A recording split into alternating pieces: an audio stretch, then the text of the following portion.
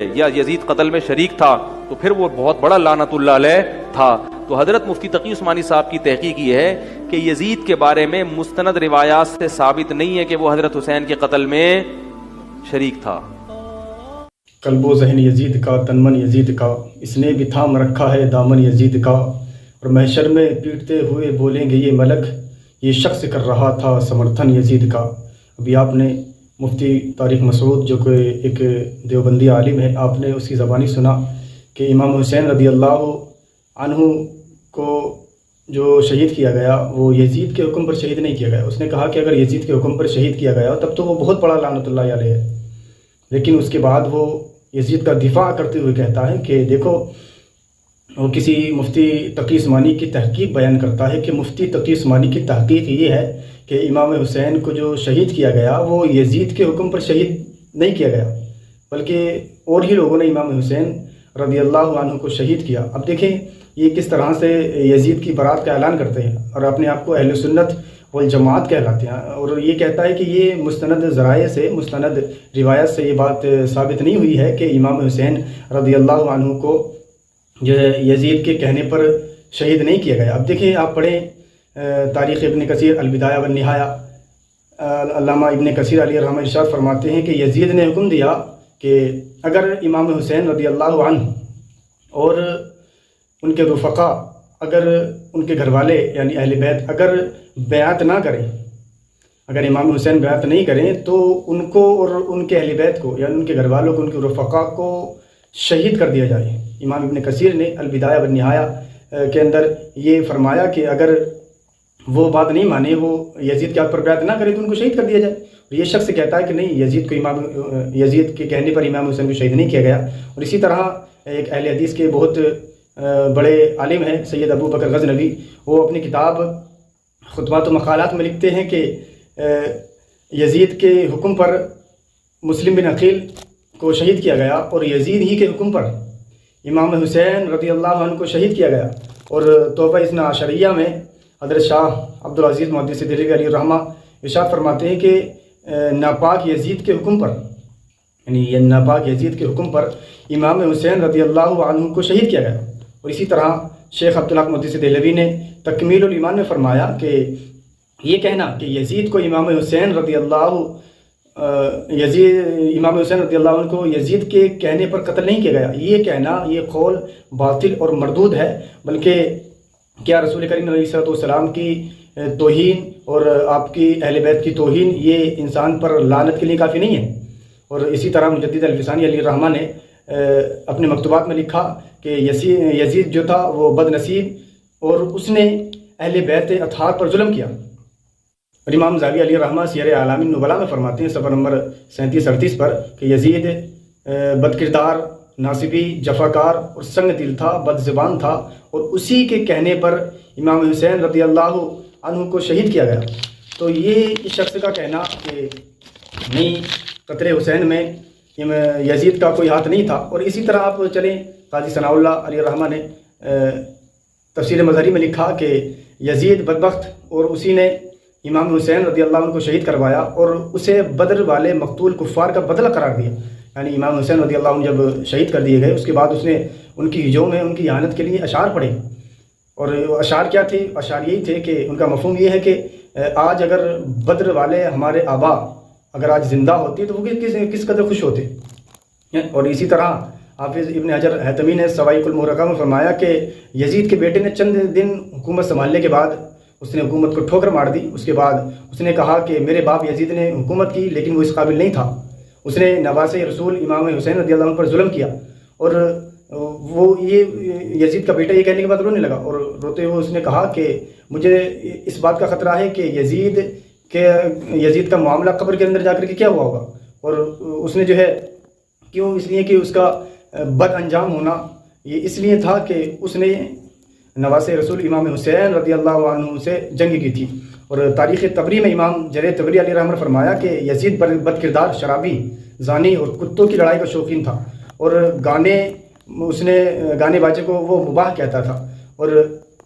یزید ہی کے حکم پر جو ہے امام حسین رضی اللہ عنہ کو شہید کیا گیا۔ اور آگے چلیں آپ، یہ شخص کہتا ہے کہ یہ صحیح سند اور صحیح روایات سے یہ چیز ثابت نہیں ہے کہ یزید کے کہنے پر امام حسین کو شہید کیا گیا۔ سعودی علماء کا اس چیز پر فتویٰ ہے، یعنی سعودی جو علماء ہیں انہوں نے اس چیز پر فتویٰ دیا کہ یزید فاسق اور فاجر تھا اور اس نے اہل بیت نبوت پر ظلم کیا۔ جب اس نے اہل بیت نبوت پر ظلم کیا اور وہ فاسق و فاجر ٹھہرایا گیا تو یہ بات صاف دلالت کرتی ہے کہ یزید ہی کے حکم پر امام حسین کو قتل کیا گیا۔ اور بر صغیر کی عظیم شخصیت شاہ ولی اللہ محدث دہلوی علیہ رحمہ لکھتے ہیں کہ یزید بالاتفاق فاسق اور فاجر تھا۔ آپ پڑھیں حجت اللہ البالغہ، شیخ عبدالحق محدث دہلوی شاہ ولی اللہ محدث دہلوی علیہ رحمہ فرماتے ہیں کہ وہ بالاتفاق فاسق اور فاجر تھا۔ اور انہی کے گھر کی ہم گواہی پیش کریں، انہی کے دارالعلوم دیوبند کے محتمم ہیں مولانا قاری طیب صاحب، وہ اپنی کتاب شہدائے کربلا اور یزید میں لکھتے ہیں کہ یزید فاسق اور فاجر تھا اور امام حسین اور اہل بیت اطہار کا قتل اسی کے حکم پر ہوا۔ اب یہ کہتے ہیں کہ اسی کے گھر کی گواہی ہے، یعنی وہ جس طبقہ فکر سے وہ جو اس کا اتصال ہے، یعنی دیوبندی اپنے آپ کو کہلاتا ہے، تو اسی کے گھرانے سے میں یہ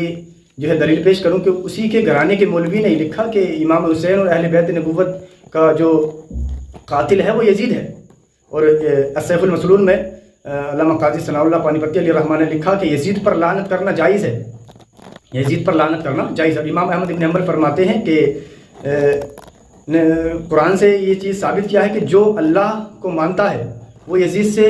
امام احمد بن حنبل نے یہ چیز قرآن سے ثابت کی کہ جو شخص اللہ کو مانتا ہے وہ کبھی بھی یزید سے دوستی نہیں کرے گا، اس لیے کہ اس کا کفر سری یہ ہے کہ اس نے سر حسین کی توہین کی اور اس کے بعد اس نے کفری اشعار وہاں پر کہے جو کہ میں نے پہلے بیان کر دیے۔ یعنی کفری اشعار اس نے یہ کہے جس کا مفہوم یہ ہے کہ آج اگر بدر والے مقتولین یعنی کفار اگر آج زندہ ہوتے وہ کس قدر خوش ہوتے کہ ہم نے جو ہے ان سے بدلہ لے لیا ہے۔ اور آگے چلو، امام الوہابیہ جس کو اپنا یہ امام مانتے ہیں، یعنی شیخ ابن تیمیہ کا فتویٰ منہاج السنہ کے اندر موجود ہے۔ اس نے اپنے فتوے میں لکھا کہ جمی صحابہ اور جمی اہل سنت یزید پر لعنت بھیجنے کے قائل ہے۔ اب لعنت اسی شخص پر بھیجی جاتی ہے جو لعنت کا مستحق ہو، جو کہ لعنتی ہو،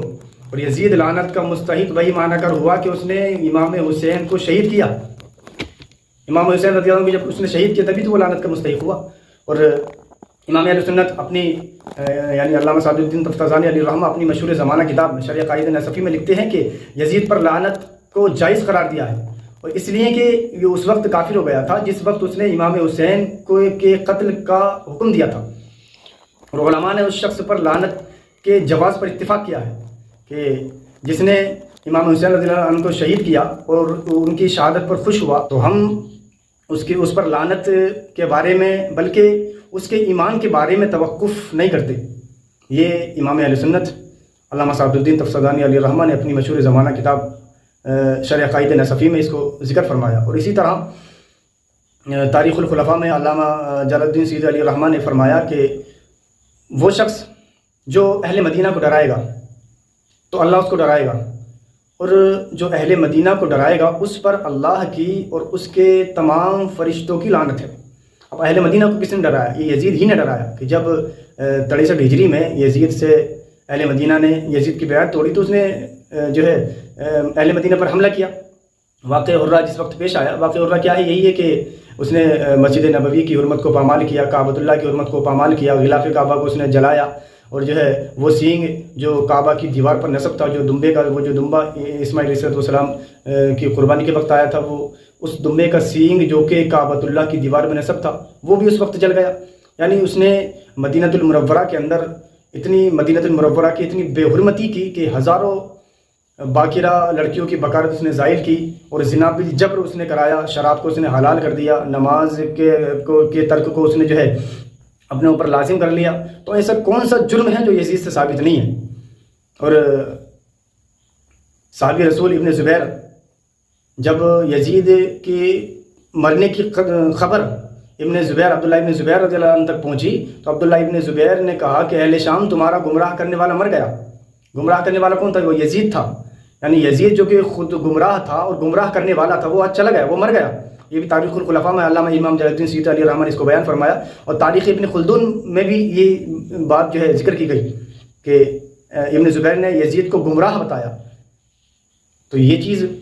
عوام کے اندر لانا کہ نہیں یزید نے امام حسین کے قتل کا حکم نہیں دیا تھا، یہ یزید کا دفاع کرنا ہے.